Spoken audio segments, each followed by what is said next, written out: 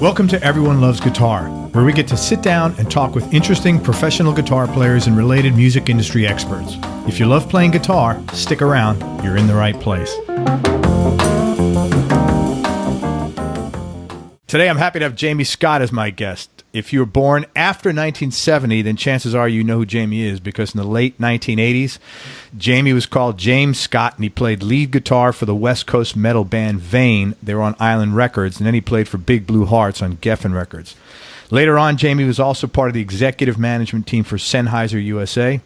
Today, Jamie leads a much more sedate life. I think, is that sedate, right?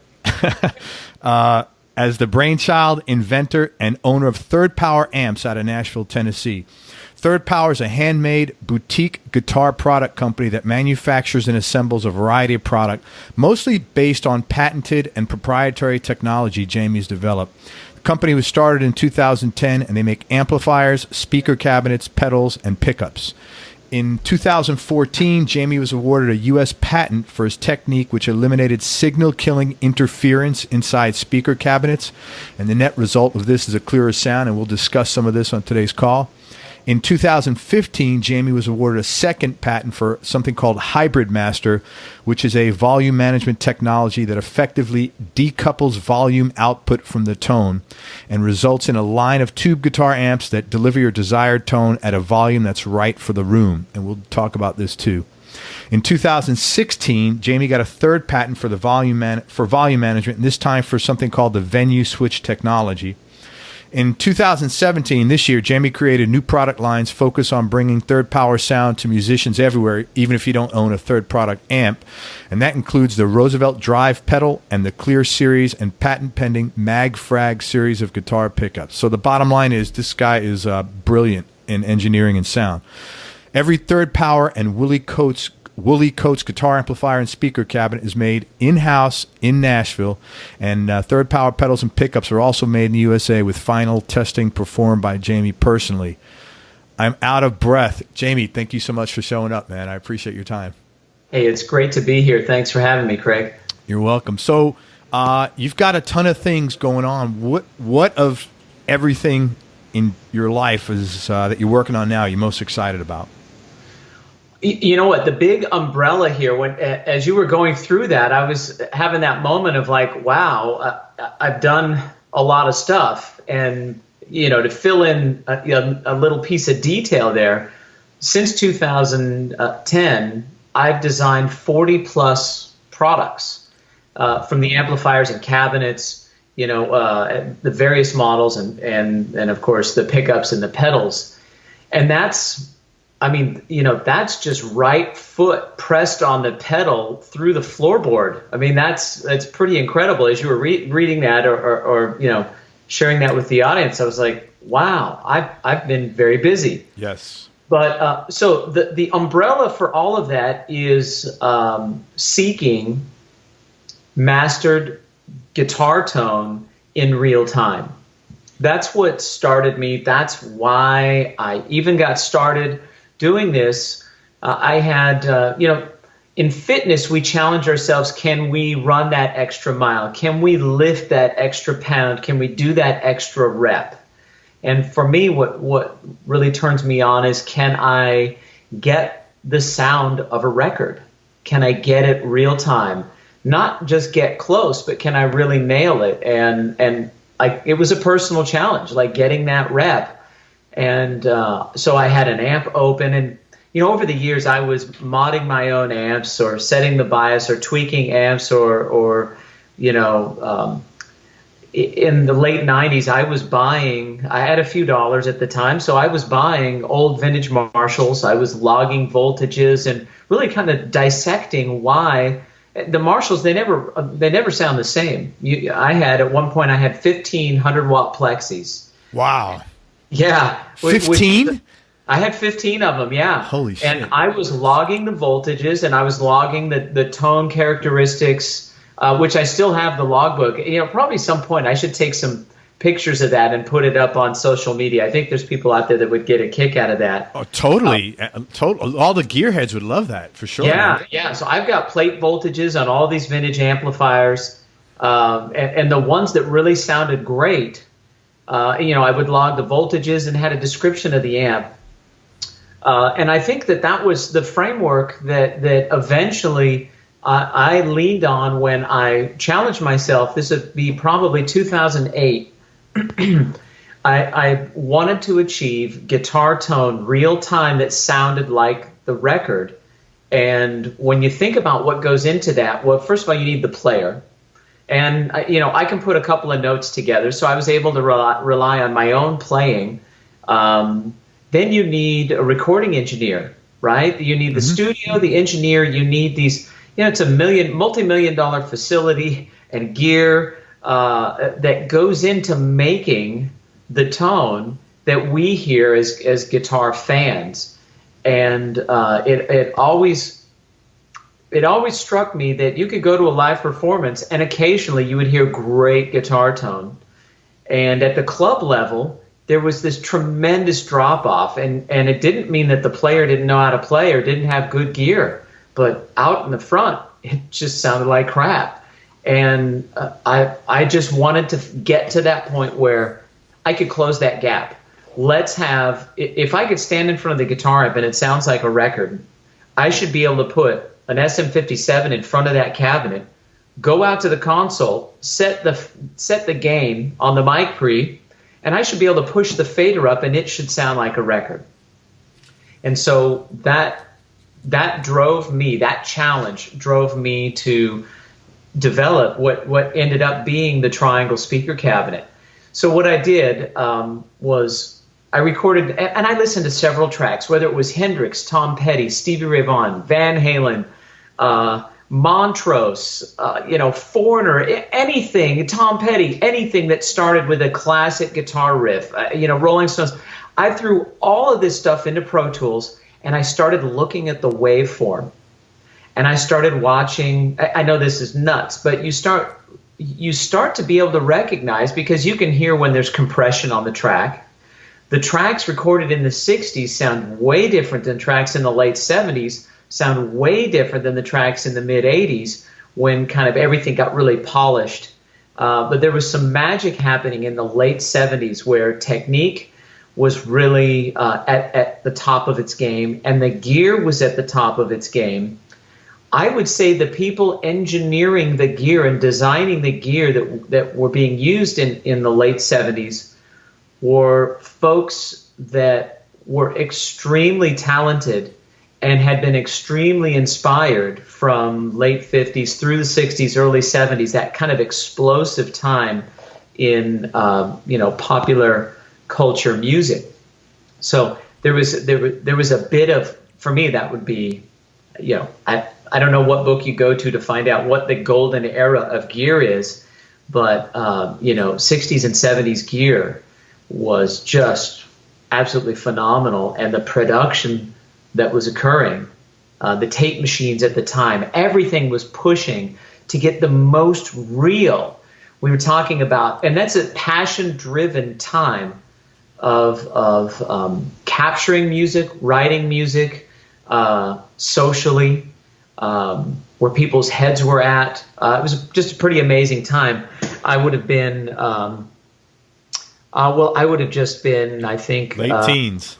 Yeah, exactly. I would have been maybe mid-teens in, 80. So I would have been 14 in 80. So very, very much had been playing music by then and really enjoying music all my life. So I endeavor. So I'm listening and I'm listening to the waveforms and watching the waveforms, and recognizing what would appear to be some patterns to me. The waveform rounds off. That means you got compression. Jagged waveforms would mean that you're dynamically maybe hitting harder on the dynamics. And then I also had some spectrum analyzers up. So I had the tools up. And these are plugins in Pro Tools. So it's not like I had a spectrum analyzer, $10,000 precision audio device or something like that. But I'm using the tools that I had in my Pro Tools recording rig to just really look at the waveform and then look at the frequency response my ear as a guitar player wanted to make the tone a certain way, but when I looked at what was occurring on the real record, there's nowhere near the low end that, and you listen to an AC/DC song start out and you think you have this gigantic guitar tone, and then when you watch it on a spectrum analyzer, you're shocked at how small it really is, but it's a very flat frequency response, and it goes out to a certain point. You'll typically see guitar tone starts to fall away right after 4K. Occasionally it goes out after 5K. Some of the Van Halen stuff would go out at about 5.5K, and then you would see a reverb tail tickle up again. I'm searching the data banks of my brain, but I'm thinking the tickle would come back at we would start to see the signal trail lift again on a spectrum analyzer out at 9.5, 10K and beyond, which, as we know, Van Halen, the early records had that great, Eddie on one side and the big wash of reverb over on the other side, and it made for a really gigantic guitar tone, very Coliseum, big venue kind of sound. Jamie, let me cut you 1 second.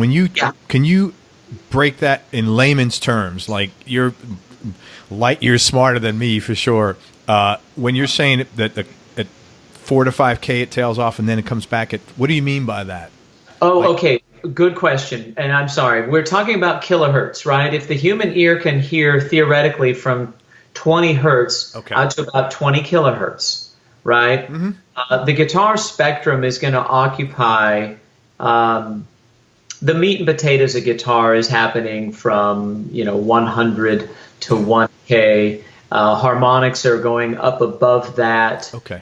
The pick attack. We're not hearing pick attack in a note form. We're hearing it in it's a noise component. It's a transient response thing. We'll hear that the flicking of the pick on the strings is going to be between 2.3, 2.7K, depending on how we tweak our tone. Well, we can make those pick flicks go out to 5K if we want and get that really tangy bite with that kind of stuff. Okay. But go ahead, so that's the frequency would be the kilohertz, and I'm going deep dive here. Let's wind it back to, I studied guitar tones, I looked at the waveforms, I saw the spectrum analysis of the various styles, and I started to recognize some patterns. With those patterns in mind, I started to record me playing on the appropriate guitar with approximately the appropriate amplifier. I started playing the same guitar part, and then I would compare the two. I would compare the recorded track with what I played. On the analyzer. The exactly. So I can hear it, and I was getting visual feedback. It's like if a painter and I have to match the blue. Well, nowadays Photoshop, you can dip it in there and just use the dropper to match the blue color. But if you really want to mix paint, you're going to get your blue, and if you got to lighten it up, you'll get some white. But that might not be, there may be a third color in there that is moving it somewhere in the spectrum of blue, but it might move it toward violet. That's where you get artistic. So I'm rolling through this as a musician, as an artist, as a recording engineer, and a bit of mastering engineer. So I'm kind of analyzing and feeling the guitar part and trying to match it. So now I'm moving knobs on the amp, getting closer. When I get to the point where I can't match at the amplifier, now I'm moving the microphone around on the speakers, and maybe I get a little closer to the original track. And I get to the point where I'm close, but I don't sound like the mastered record. I could, maybe if a friend came by or a neighbor came by that didn't play music, I could show them my track and they would go, holy heck, you sound like the record. But for us guitar players, we know when it's really there and when it's only close. I had gotten pretty close, but I wasn't really there. So now I open up the amp and I dive into the chassis.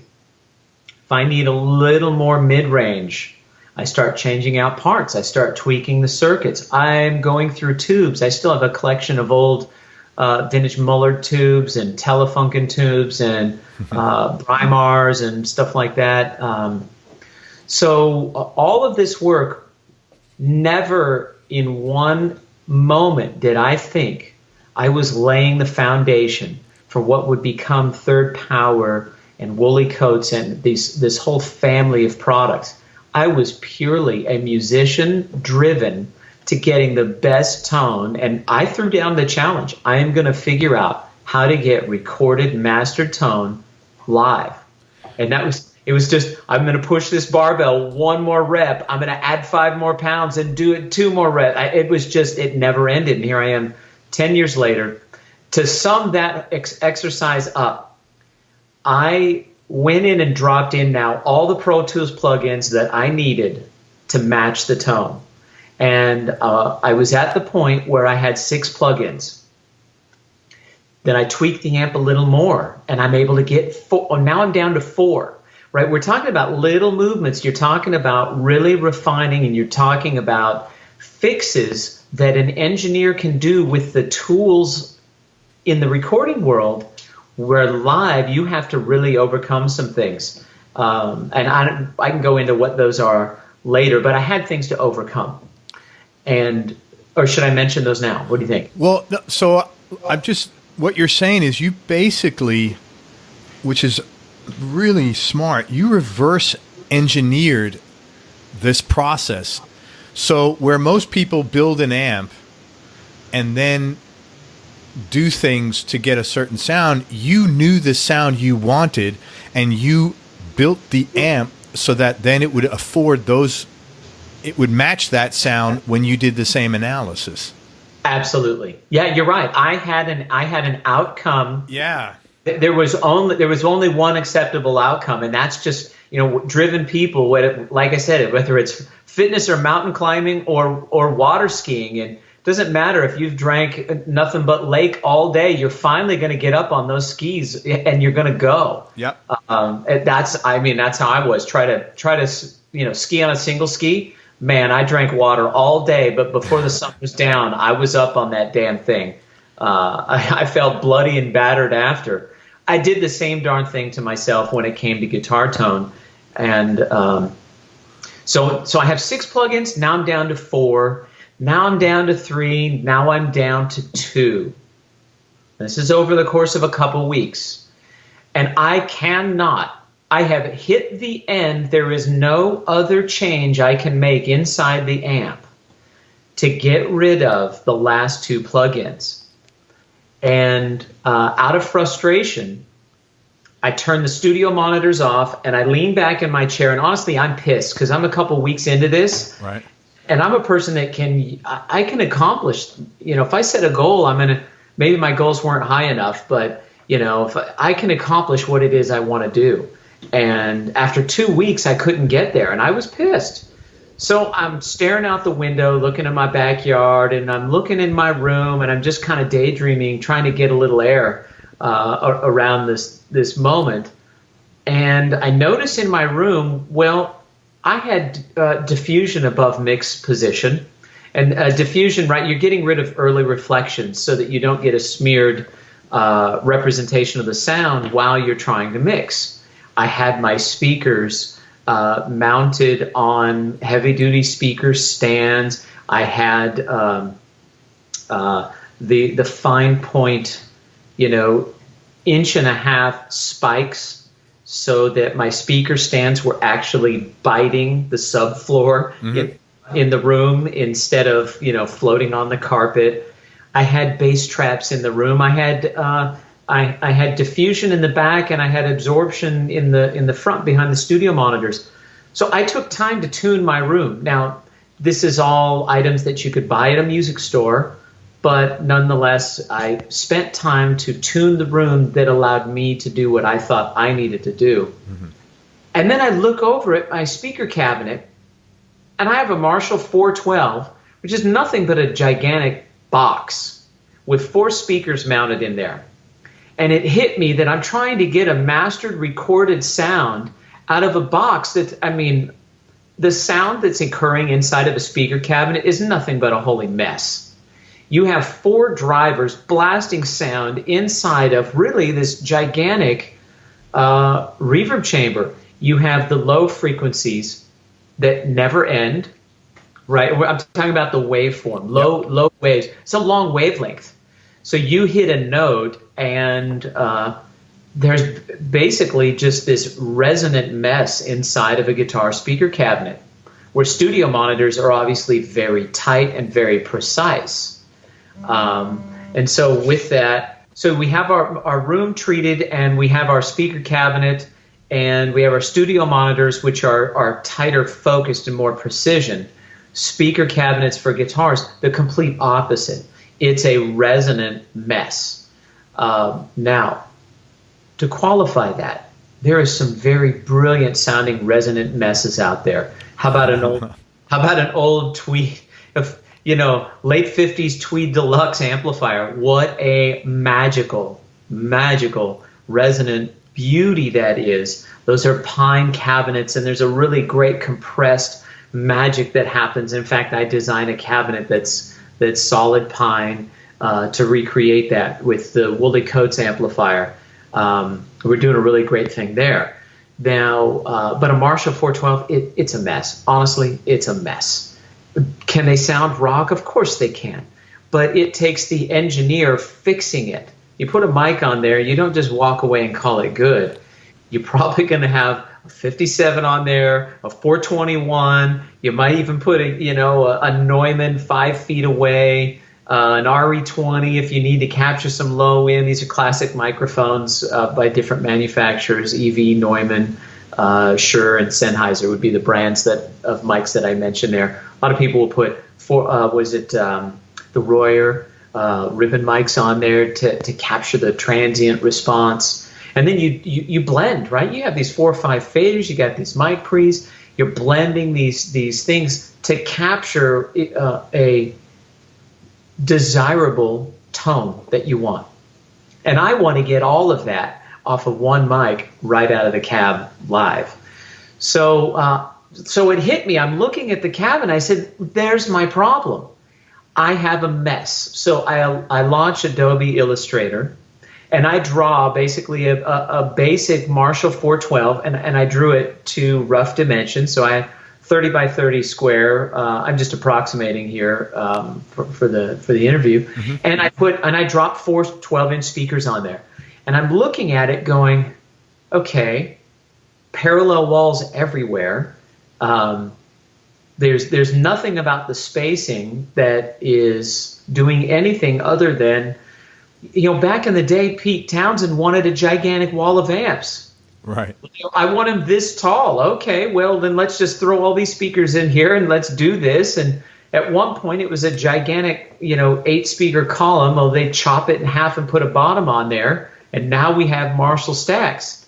And that was the extent of it, right? I mean, that was literally the extent of what we got out of 412s. And if I'm simplifying, I don't think I'm exaggerating. I mean, that's just the extent of the story.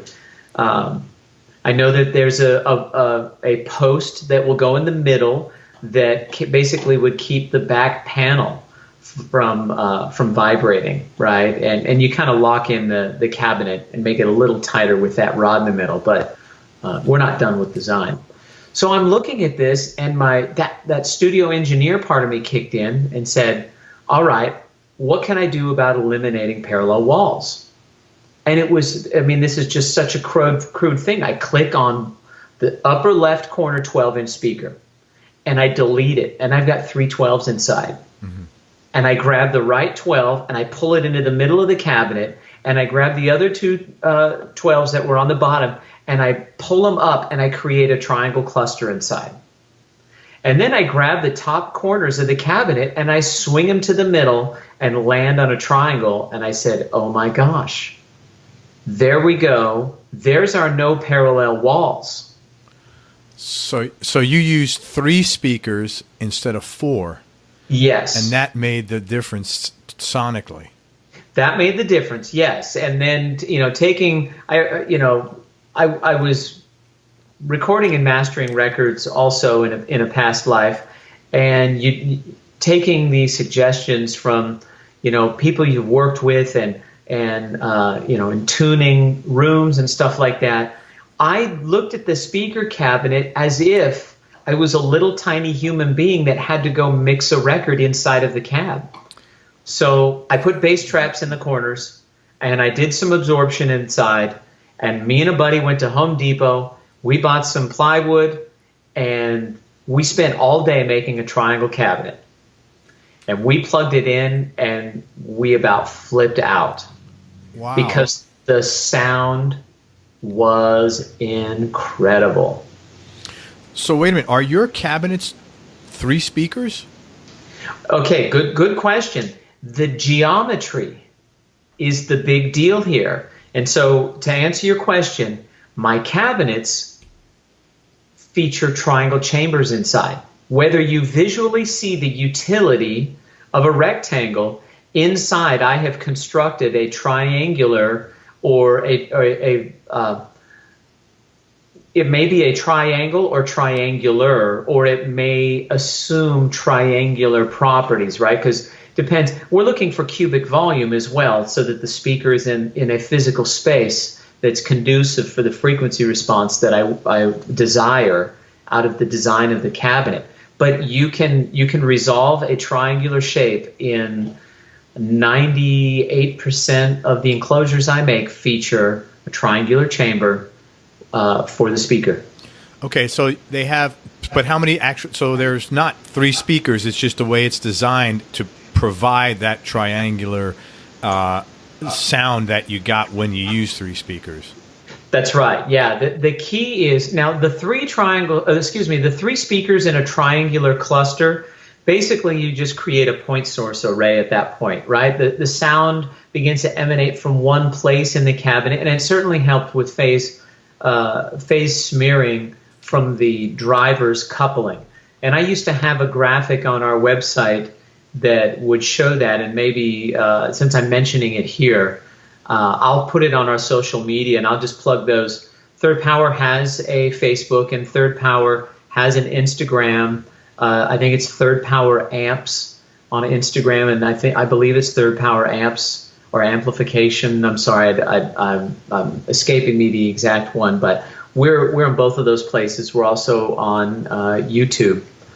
Now, originally when I came on the market, 8 years ago, I did have triangle speaker cabinets with 312s inside, and my first customer was with Simon Townshend. On the Roger Daltrey tour. That would have been 2009, late 2009, early 2010. Steve Miller bought a full rig. Simon then went out and toured with Roger and his brother Pete with The Who. So for a couple years, the original Third Power designs were on the Who tour. That has brought me a lot of business. Lenny Kravitz approached me, and his 2012 world tour featured 18 or 19 triangle cabinets, and he had 2 rigs. So he had a rig in Europe and a rig in the U.S., and he was, he would ship one rig somewhere. Meanwhile, he's using the rig somewhere else.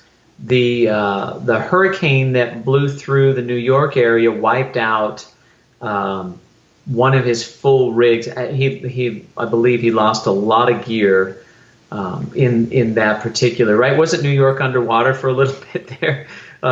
Maybe about 4 years ago, 4 or 5 years ago. Yeah, that was when they had like Hurricane Sandy. Yeah, okay, Sandy, yeah. So he lost a lot of gear, including that full guitar, that whole stage setup. It was a gorgeous stage setup, and he loved the sound of the triangle cabinets. I designed his bass cabinets and all the guitar cabinets, single 12s, 312s, and single 15 bass cabs. That whole tour featured, it was all Third Power cabinetry for all the instrumentation. stringed instruments anyway. Obviously, no keyboards through it. But and you said Steve Miller? No, this would be Lenny Kravitz. And Lenny wrote me a letter and gave me a quote, which you'll find that on our Instagram. I have a picture of that handwritten quote he sent me. It was pretty amazing. And from there, it's really blossomed to the people that are drawn to my products. While we may not be a household name in the market at large, I think we're on our way, because really I've been creating these tools the whole time.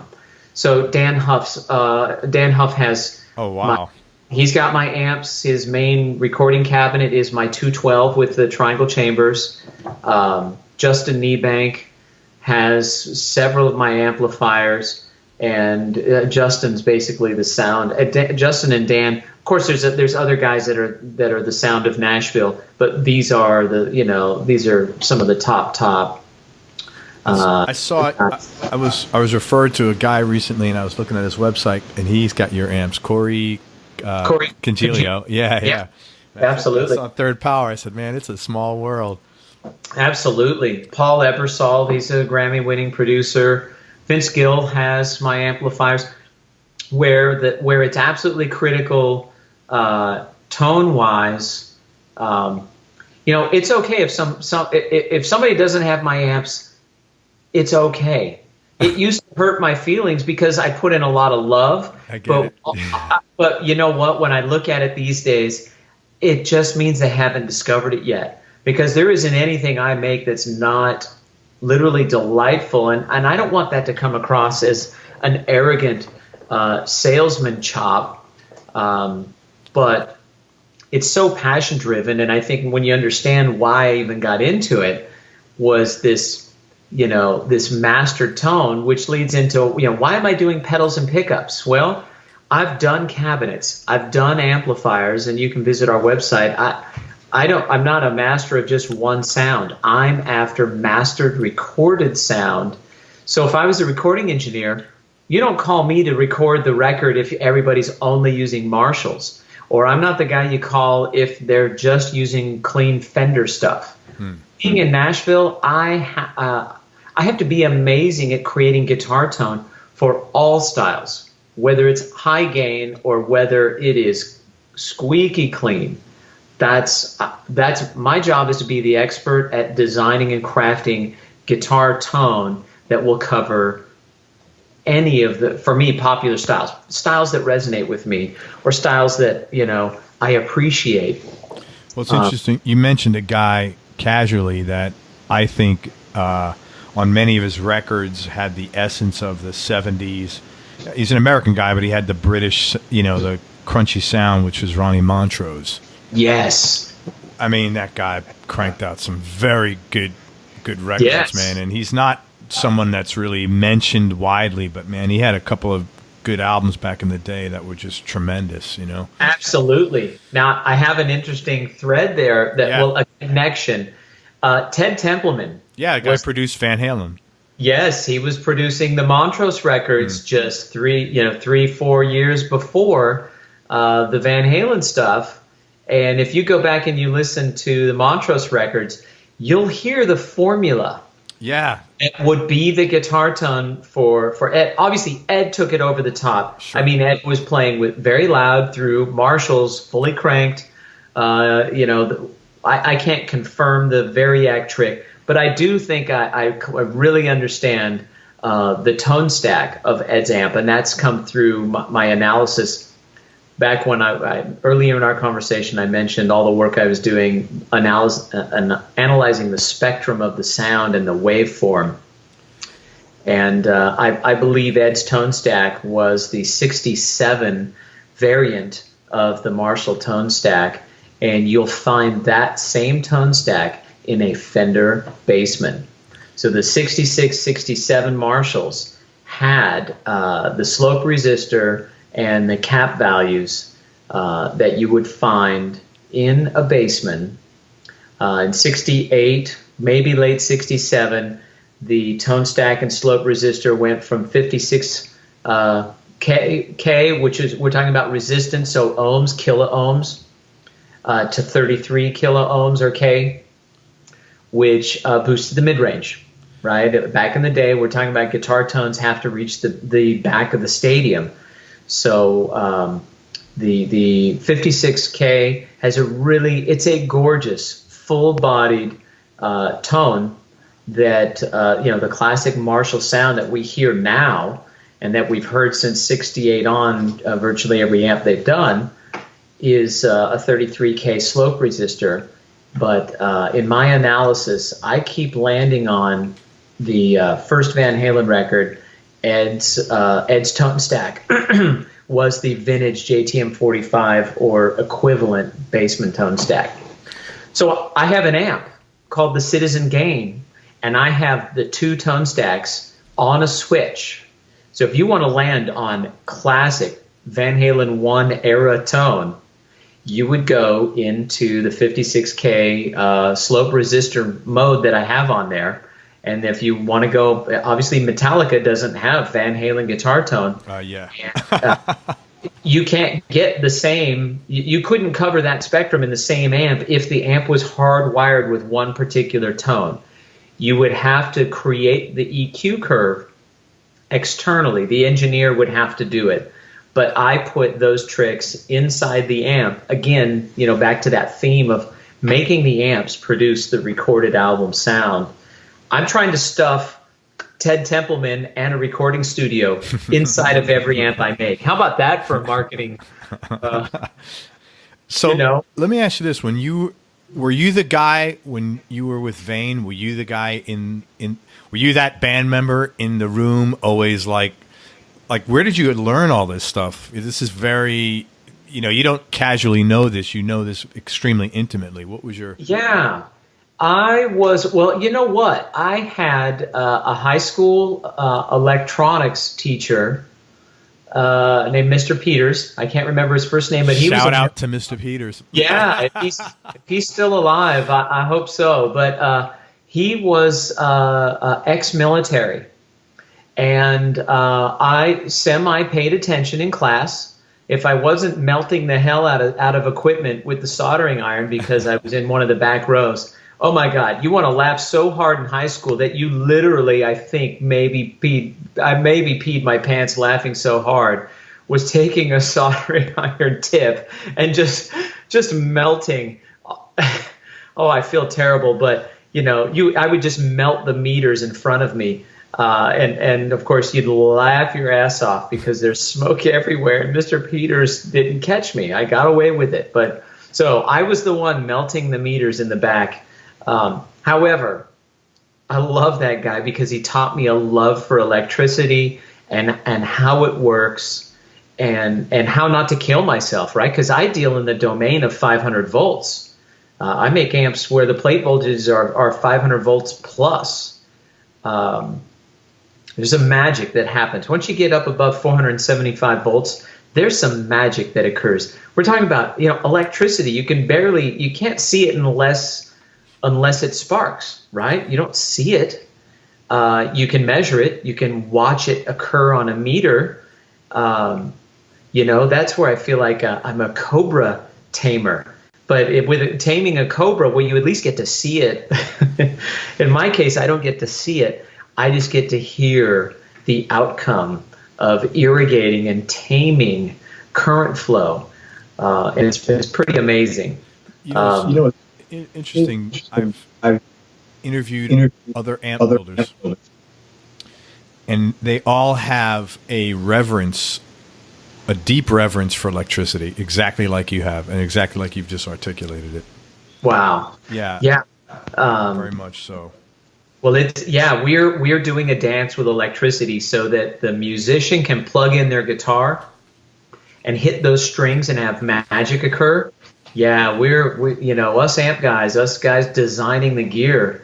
We really are. We're not just building a kit and throwing it out there. There's some amazing providers that really do. Look at a Reinhold Bogner, a Dave Friedman. Look at Dr. Z, and I hate that I'm skipping over other great people that have, we won't give them such broad spheres to be great people, but great talent, because I may not know them. So great talents at designing amplifiers. I hate that I'm not mentioning some of the greats, but these would be, my peers, I guess, in the current world.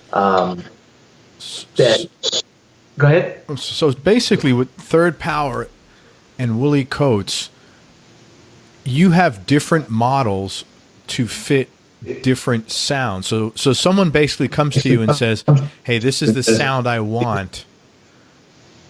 What amp that in your catalog of amps makes sense for me?" Is that how it would work, or?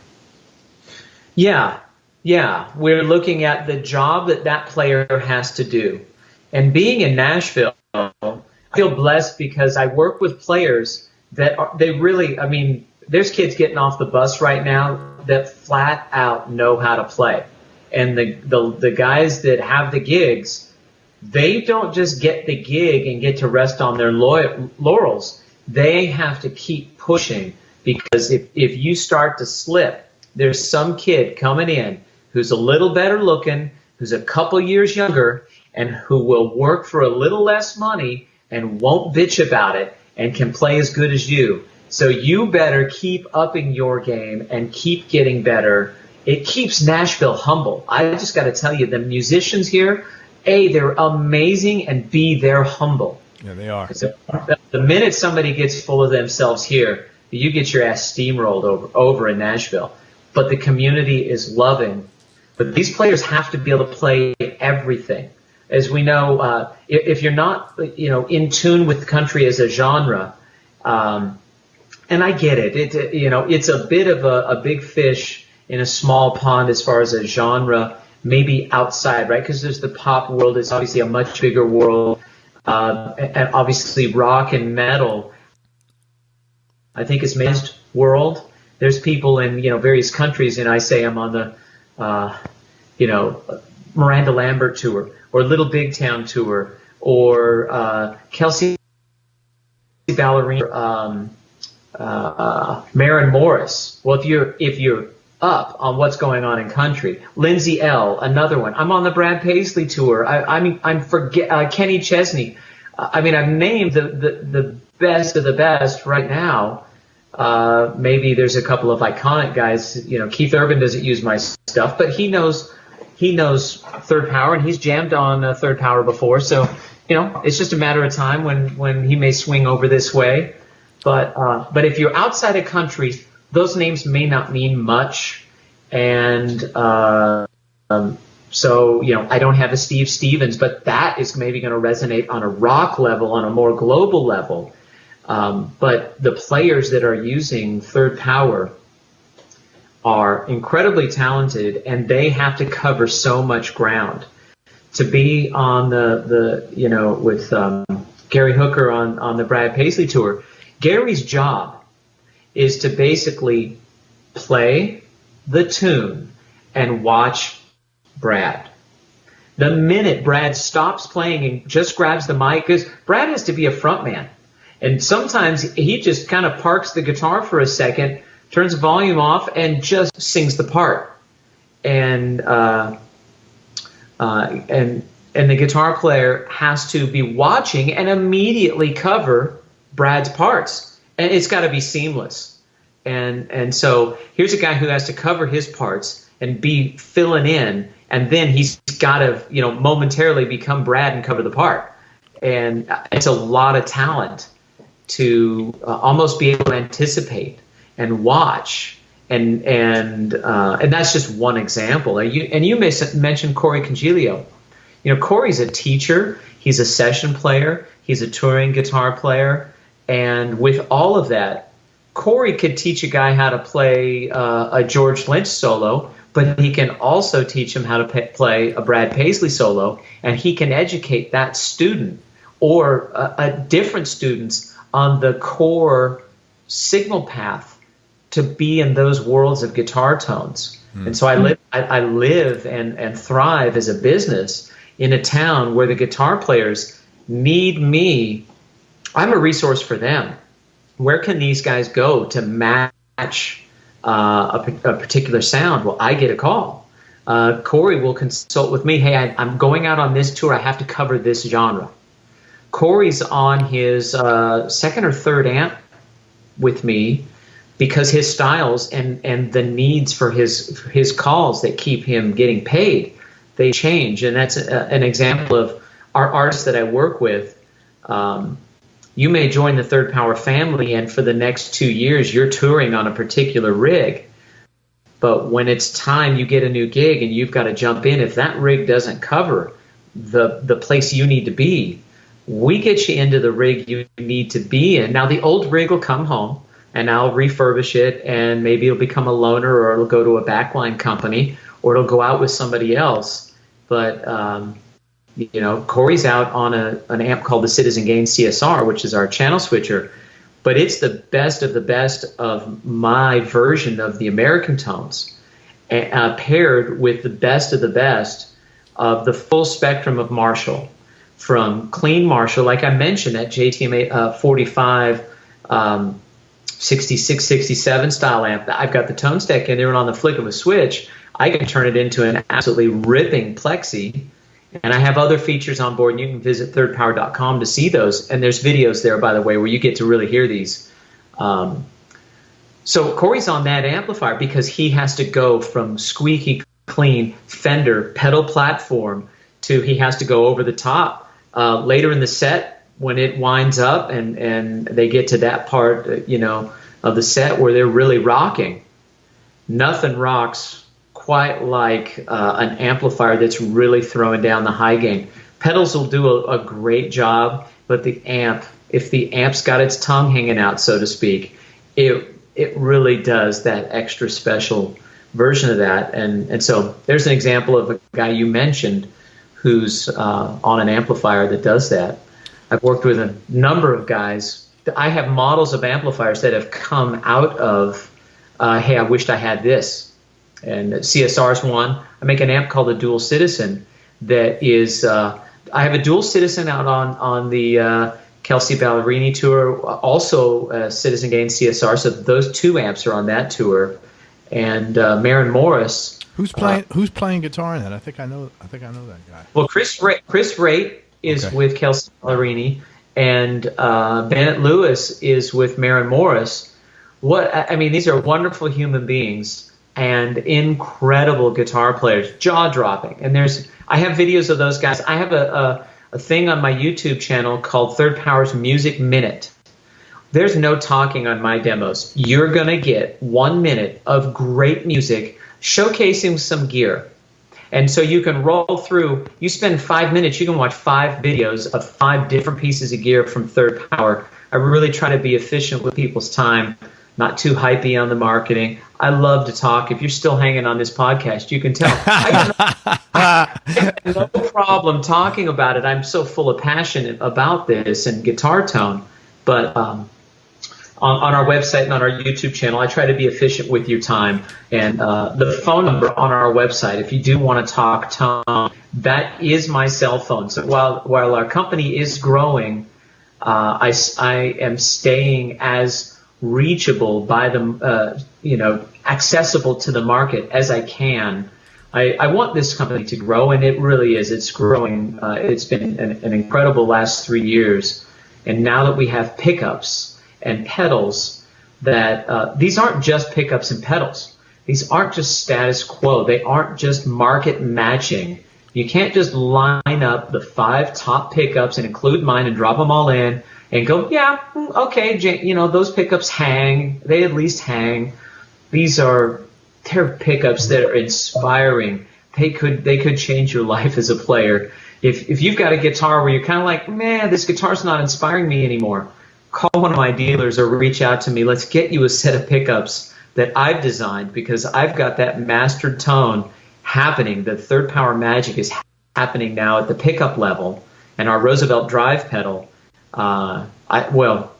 he's going to put out a post already, but John Shanks reached out requested a demo of a pedal. He spent one afternoon with it and got a hold of me and ordered 3 more. And now, these are guys that can use any gear that they want, and they will use other providers' gear. I'm not saying they're my exclusive guys, but what we're doing, the things I create are really turning on the tastemakers of the industry. And that's satisfying because they can have anything they want. And I'm pretty stoked that I created something that, and they're paying me for it. I'm not in a position to send a bunch of stuff out for free to get the name recognition. In fact, you go to our website, you don't see a stitch of, we don't brag on who's using our stuff. Yeah, I noticed that. And part of me is like, you know why I do that? One is I appreciate the relationship I have with everybody, and it feels more personal if I'm not leveraging them in marketing. That might sound foolish, and maybe someday I'll have an artist page. So, I'm not ruling it out, but as we grow and build our reputation, I want anybody that lands at thirdpower.com to feel like they just made the discovery. If they land there and they see Joe Walsh and Lenny Kravitz and Dan Huff, they may go, oh, well, I don't play like those guys, and they may bounce right off of my website, and that would be a shame. And so I want them to land there and go, oh, well, here's some gear. Let me look around. Oh, well, here's some 1-minute videos. Let me take a look. Wow, I like what I hear. Where can I buy? And they click on a dealer page, or if they have more questions, they dial the phone number there. They're going to get me on the phone. And so I'm trying to create that experience because the eureka moment. Wow, I just discovered this. Then they can go tell their friend, have you heard of Third Power? Wow, this is really cool. So anyway, that's to say I'm trying to keep this organic and keep this authentic. I'm so full of passion. I'm accessible. And so there you go. That's kind of the experience I'm trying to create. You're going to blow your audience away if you're using Third Power gear. Find somebody that's using Third Power gear. Go to any of the forums. Anybody here using Third Power, somebody's going to stick their hand up and say, I do. So it's not going to be hard to find somebody. And then ask them, how satisfying is it to play? What kind of feedback do you get from your audience when you play Third Power? And you're going to get, that's where everybody's going to gush.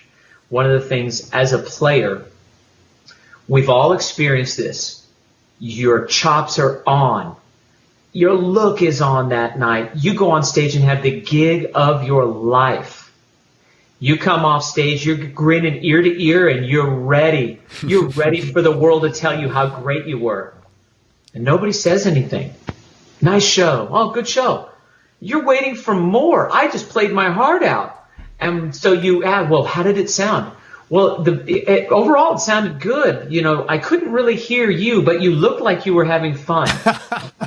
And I swear, that was the worst thing to ever happen to me was I've broken strings on stage. I've hit clams. We all hit bunk notes. We can recover from that. I've sang a bad harmony, right? I've even slipped and fallen on stage. I don't care about any of that. I am crushed when somebody tells me, I couldn't hear you tonight. And it all comes down. So I've set out to solve that problem. And you'll make the job of the sound man very simple. If your amp sounds like a record, he pushes up the fader and he can move on. He can start dialing in the vocals or bass or drums or whatever because you have given him absolutely what I call fader up tone. And you just ask people, hey, does that Third Power fader up tone really happen? You're going to find sound guys that jump into to say, yeah, all I do is push the fader up. I was on the Goo Goo Dolls tour for years until they went to Kemper's, and that was I got to witness firsthand. Same with seeing Simon Townsend play with Roger Daltrey. Was literally, I said, show me the channel. And he called it up on a digital console. You just push a button, and he can show me the channel. And it was absolutely, in fact, the EQs, all the various bands of EQs were turned off. and to see and to have a sound man like give you high five because you made it sound like that with just a mic stuck in front of the speaker. So we're doing it, and yes, I'm excited, and yes, I'm accessible, and I'm happy to talk about it. And man, I'm looking at my clock, and we're an hour and 7 into the first 2 or 3 questions. So let me ask you, I want to be respectful of your time and slowly wrap this up, but let's talk about let me ask you some personal questions so people can get to know you a little bit. If you weren't doing what you're doing now, what do you think you would be doing instead? Which it's hard to imagine as passionate as you are, but. Oh my gosh. So what would I say? You know what? I've always thought to myself, if I wasn't doing this, I would have maybe become, well, it's hard because I was just born to do this. So I'm doing what I was born to do, but I would probably be doing molecular biology and like curing diseases and solving the aging riddle and helping mankind that way. I've been helping musicians instead. Man, you've solved the aging riddle because you look 20 years younger than your age. So, like I said, I think you've solved that puzzle. You just need to share the secret. That's all. Oh, well, one of these days. What do you have any hobbies or interests outside of your business? You know what? My kids, my family. I have 2 boys. They're 11 and 15 now. And I've been there for them since they were little. And in fact, when I wrote the business plan for Third Power, this is no joke. A lot of people write a business plan, we're going to make a great product, we're going to sell a ton of them, we're going to make a lot of money. Those show up in the bullet points of your business plans. But I'm going to tell you, my number 1 bullet point for my Third Power business plan was to cook breakfast for my boys every day. Awesome. That was number 1. The rest of this was a distant second. And my kids, I've coached their football teams. I coached flag football for the 8 years we've lived here in the Nashville area. I've coached their flag football teams, 2 boys, 2 teams. They played 2 seasons a year. So every year I was coaching basically the equivalent of 4 seasons. And I've done that. And now my oldest has aged out, and my youngest has aged out of his bracket, and so he has to go to U13, but he's on the shorter side. The U13, this is flag football, by the way, so we're trying to keep their brain intact. But the 13-year-old kids here in the Nashville area, they all look like they're 16 and that they drove to the game. And my 11-year-old who has to jump up into the U13 bracket, you know what? He's the size of a 10, 11-year-old kid. And it's just not fair to put him on a field with somebody who's just literally 2 feet taller that, could be in the end zone before Lucas hits the 50-yard line. So I'll go back to coaching, next season after his next growth spurt. When he turns 12, we'll jump up and I'll resume coaching. But it's been amazing to do that. Now they have guitars, but they're into their video games. So I looked at it. When I was a kid, I wanted a flying V and a Marshall, and my father supported that. Which was great, right? If you're going to have a parent support you in some way, oh yeah, that's awesome.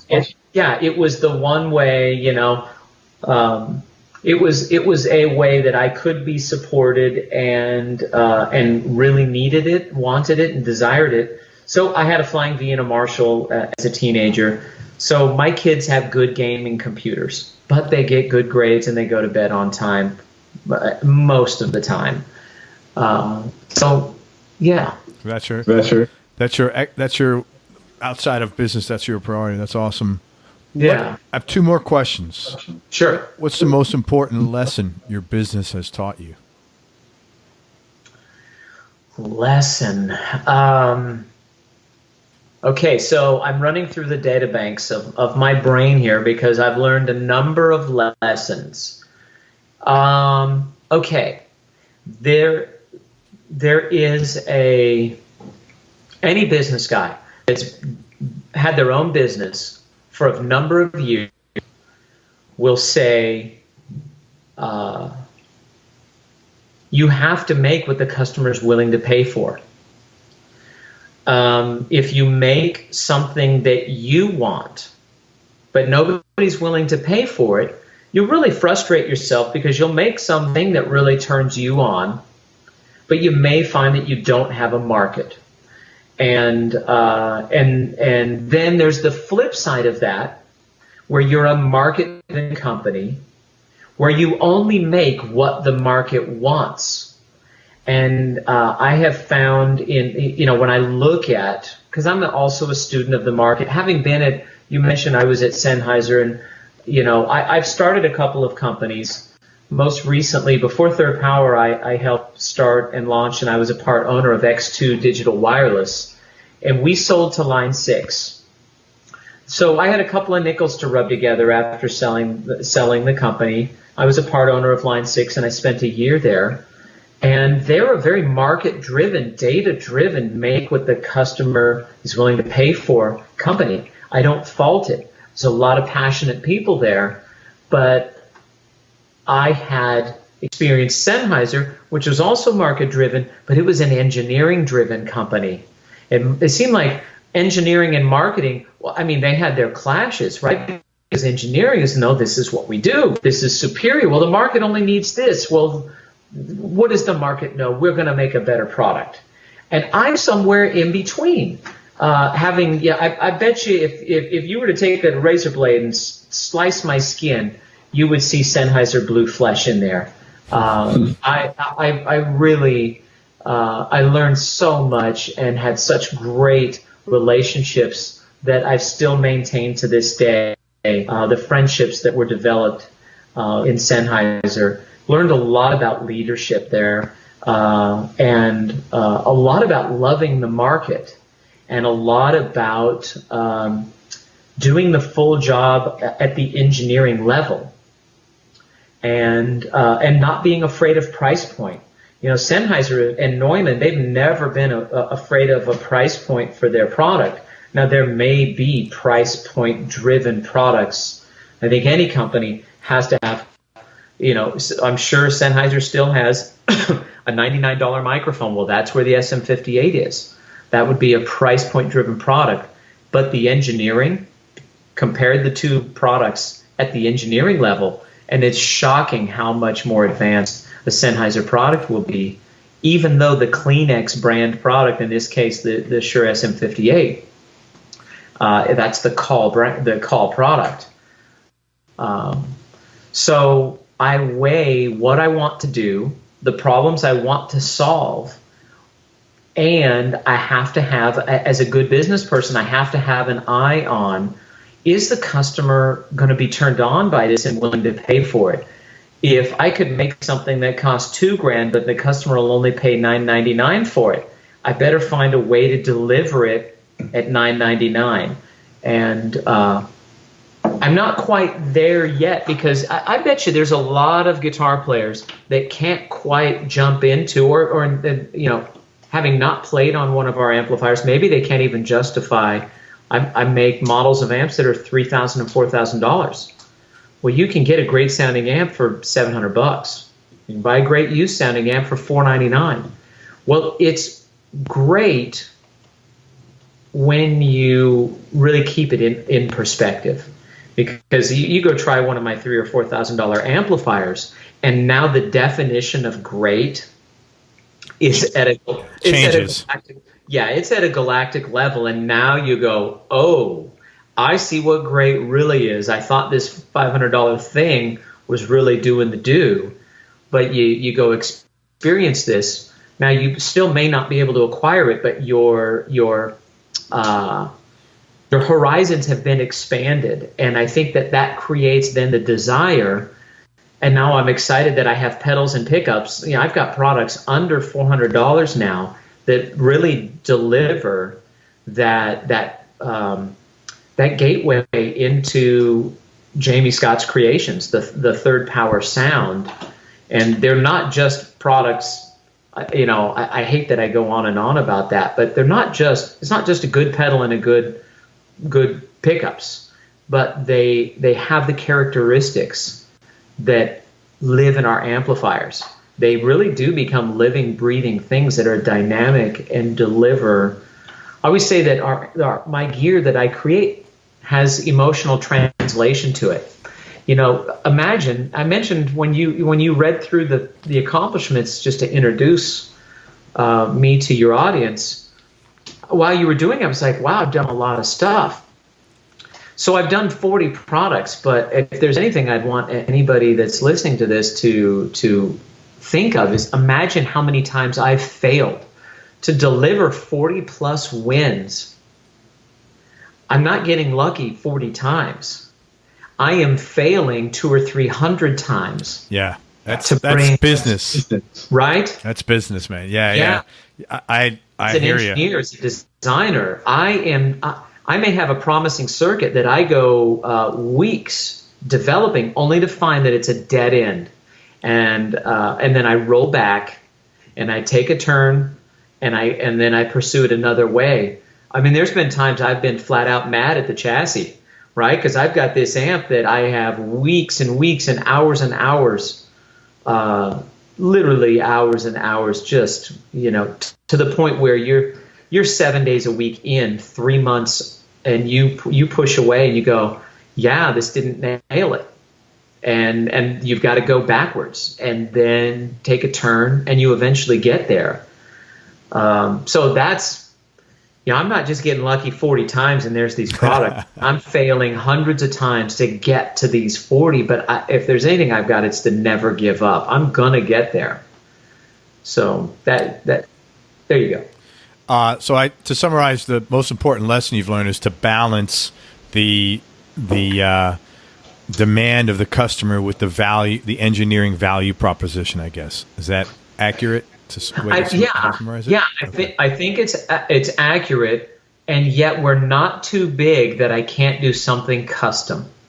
I've got a new amplifier coming out called the Majestic 40, and that's an amplifier that will hit the market next month. I don't even think it's on our website, but we're doing a clinic, and this is in conjunction, basically designed to the performance specs of Stuart Gerard, otherwise known as Stu G from the band Delirious. Stu is an incredibly gifted musician and an even more wonderful human being on the humanitarian level. And actually merging his music with his human essence. Take a look, just search Beatitudes, and you will be blown away. It's B-E and then the word attitudes. Just search that term, and you will fall in love with Stu as a human being and be blessed with some amazing music and an entire humanitarian thing and an education thing that's amazing. But Stu and I've done some restoration work on his old vintage 60s Vox, on one of his 60s Marshalls, and some of his more modern amps. And then he approached me and said, my old amplifier just isn't quite up to the task to go on the road. And he left it with me, and I went through it and got it performing. And then he asked me to basically make him something that, like that. The natural thing was to go ahead and just make a clone, right? I mean, just make it for him. And so I virtually cloned the amplifier. And I got to tell you, it was hideous. And what that showed me was the dramatic drop-off in like parts. Like parts. How would I put that? You can't just take the same amount of parts at the same values and throw them together and end up with the result that was really a breathtaking vintage Park amplifier from the mid-'70s. That amplifier sounded fantastic, and the modern components could not deliver a one-for-one performance. Does that make sense? Yep, totally. So here I am looking at a fail, and I'm not taking it personal, because it just revealed to me that at the component level, you can't one-for-one land at the equivalent outcome. You are going to have to dig deeper now. And so to end at, so I'll just tell you, I nailed the performance, but I had to lean on everything I've learned in 15 to 20 years to land at the performance of what is, in fact, the Majestic. Now it surpasses the performance of the vintage amplifier, but it does so in a way that completely honors the intention of that original amp. Everything about that amp the old amp did is present, but done in that mastered third power way. And that was where Stu flipped out.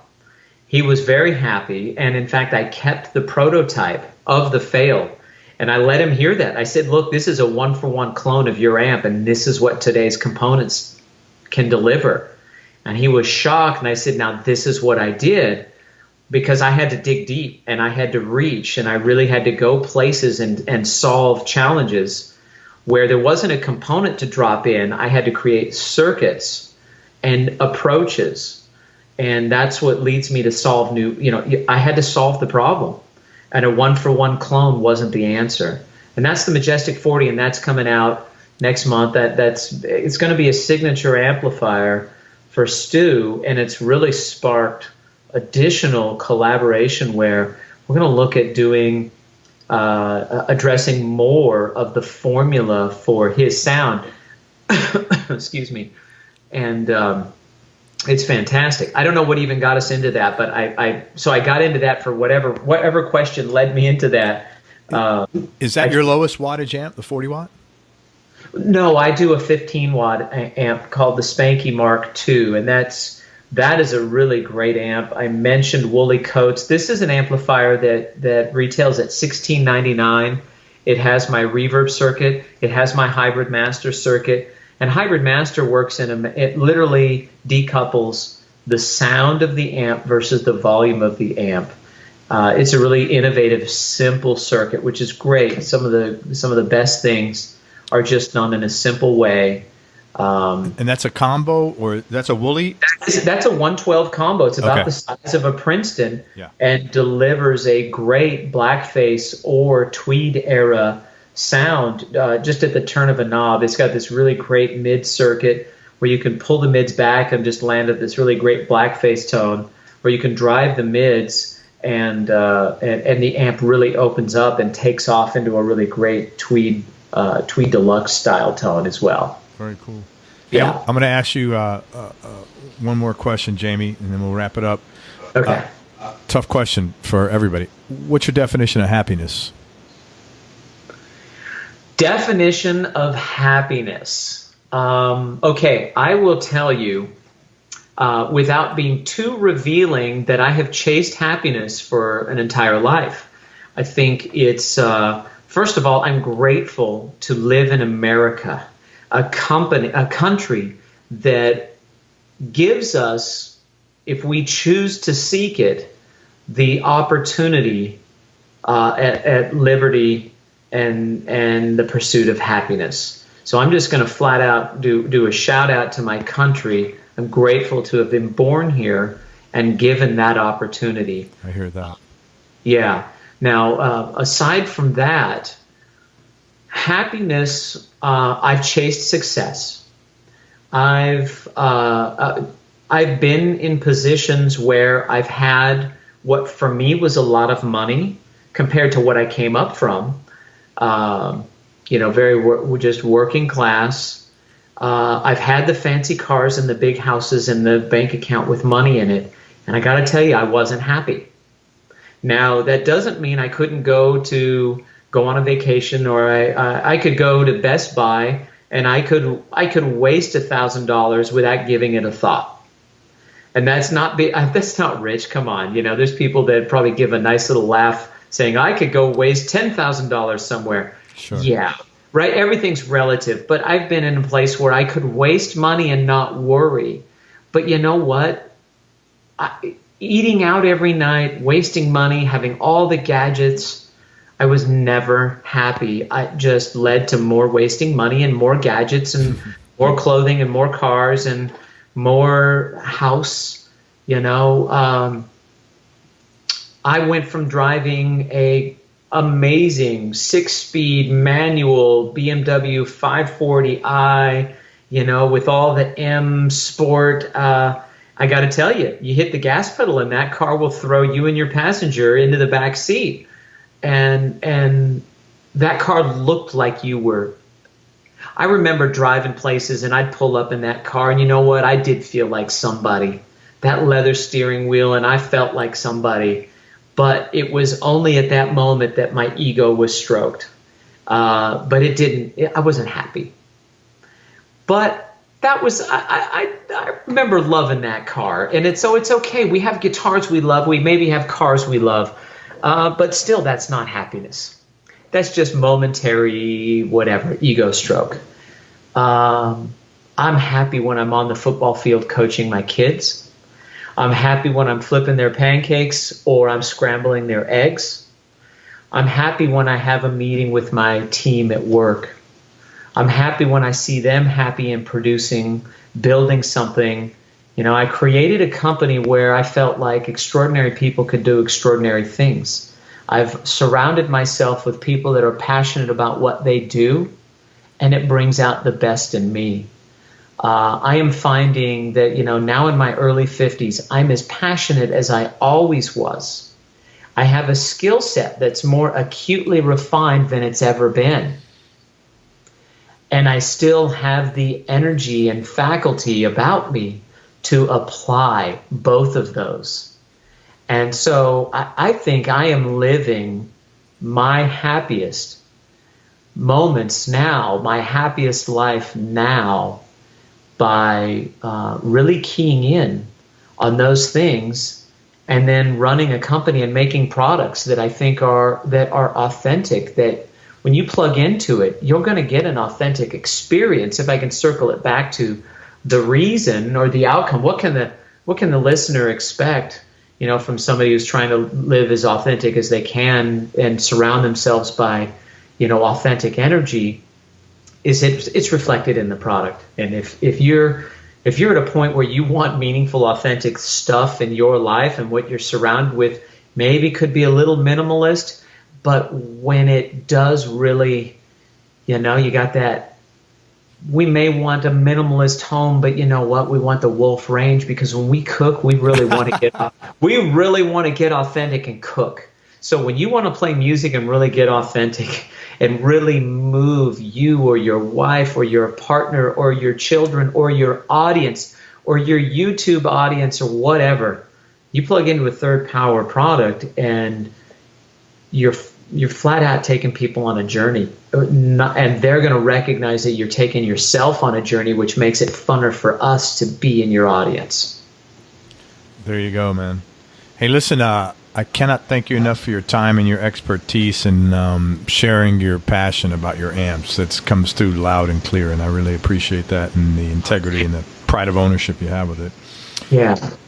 Is there anything else that you're working on now, or anything that you want to promote to people? I know people could find you on thirdpower.com. That's 3rdpower.com. Any other place online people can find out more about you? Our Instagram, if you've ever needed an excuse to finally get on Instagram, there is a really great gear community there. And we do have a great Instagram feed. If you only get on Instagram just to follow us, it's great. You'll get our story on a daily basis or every other day. It's a lot of gear. It's a lot of great guitars and a lot of great pictures of our gear.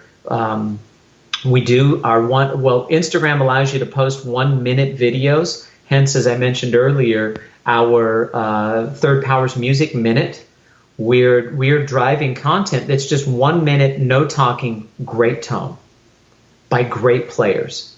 Boom, you're going to discover new players and hear great tone. I do mirror those videos over onto our YouTube and on our Facebook. And, you know, given that I've already put out all these products, I really feel like I have some really great innovations in the can that haven't even come out yet, which is pretty exciting. You know, I tell people when they swing by the factory or they join the team and they're part of Third Power, they come to work for us. It's, buckle up, because we're not out of ideas. We're really just getting started, and I'm grateful to have this time. If you stuck around through this whole thing and you didn't just dip out at about 25 minutes because you couldn't even, I didn't even stop to breathe, thank you for hanging.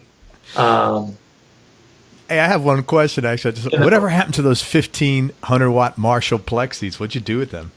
I slowly trimmed the herd down. I got down to 4 of them. I moved to Nashville with 2 of them. That's admirable. And I launched the company, and about 2 years in, I got to the point where they didn't offer anything that I wasn't able to get as a player out of my own gear, which it took me a couple years to get to that point. They were comparison items for a while. Well, here's a Holy Grail Marshall, and here's what I make. And I would let people compare the two.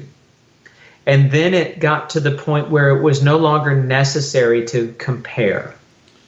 And then they sat there, and then I felt like they could make somebody else happy, because at that point I loved them. They were beautiful. I mean, they make any music room look fantastic, of course, but they were collector's items. And so I let a few people know in town in Nashville that I had some collector's items that were available, and they were snatched up and very appreciated. They went to good homes. Good story. Hey, man, that's a big endorsement when you get rid of your Marshalls because they don't compete with your own stuff. That's about as candid as you can get. Well, listen, thank you, man. I really appreciate your time and your candor and your passion. I want to thank everybody for listening. I really hope you enjoyed this interview as much as I did. Thanks so much again to Jamie Scott for spending his time with us. I do truly appreciate it. And I want to thank you for listening. You could sign up to get notified of future episodes on our website at everyonelovesguitar.com. Now go play your guitar and have some fun. Till next time, I'm out. Peace. We hope you enjoyed this show. If you did, subscribe to the Everyone Loves Guitar podcast, and you can do this online at everyonelovesguitar.com or on iTunes. And if you like the show, please leave us a 5-star positive review. The more 5-star reviews we get, the higher our show ranks, and higher rankings mean we get to continue speaking with cool, interesting guests on our show. We'll see you on the next episode, and until then, keep playing your guitar and have fun making music.